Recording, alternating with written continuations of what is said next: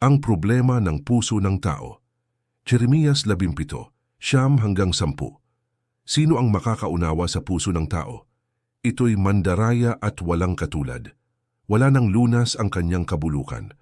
Akong si Yahweh ang sumisiyasat sa isip at sumasaliksik sa puso ng mga tao. Ginagantimpalaan ko ang bawat isa ayon sa kanyang pamumuhay at ayon sa kanyang ginagawa. Bakit ang tao ay gumagawa ng kasalanan? Bakit patuloy na nagkakasala ang tao? Bakit parang unti-unting nawawala ang tunay na pagmamahal, katapatan at kabutihan sa mundo? Ang sagot ay nagsisimula sa puso. Dahil ayon sa Biblia, ang puso ng tao ay mandaraya. Hindi lahat ng nararamdaman ng puso ay tama. Hindi lahat ng gusto ng puso ay mabuti. Minsan akala natin tama tayo, pero mali na pala ang ating ginagawa. Minsan akala natin mabuti ang ating intensyon, pero unti-unti na pala tayong nilalayo nito sa Diyos. Roma 3:23. Sapagkat ang lahat ay nagkasala at hindi nakaabot sa kaluwalhatian ng Diyos. Lahat tayo ay nagkasala. Walang perpektong tao. Walang malinis sa sariling kakayahan lamang. A. The heart is deceitful. Ang puso ng tao ay mandaraya. Ang puso ng tao ay mapanlinlang. Ang puso ng tao ay manluloko.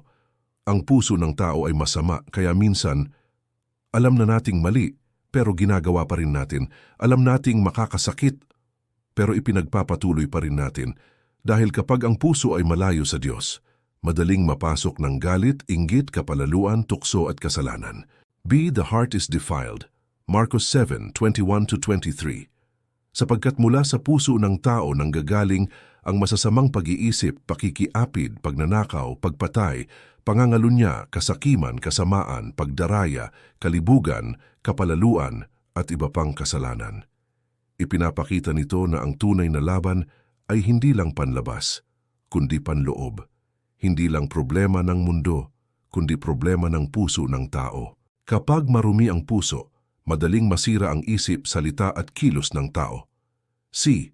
The heart is defective. Roma 3:23. Ang puso ng tao ay makasalanan at depektibo sa harapan ng Panginoon.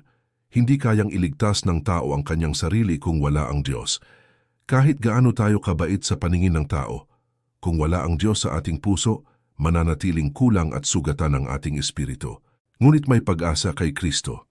Kayang baguhin ng Diyos ang pusong bato at palitan ito ng pusong sumusunod sa Kanya. Kayang linisin ng Diyos ang pusong marumi. Kayang pagalingin ng Diyos ang pusong sugatan. Kayang baguhin ng Diyos ang taong naligaw. Kaya habang may oras pa, lumapit tayo sa Panginoon, hayaan nating Siya ang magbago ng ating puso. Panginoon, linisin mo ang aming puso. Tulungan mo kaming lumayo sa kasalanan at matutong sumunod sa iyong kalooban. Sa pangalan ni Jesus, Amen.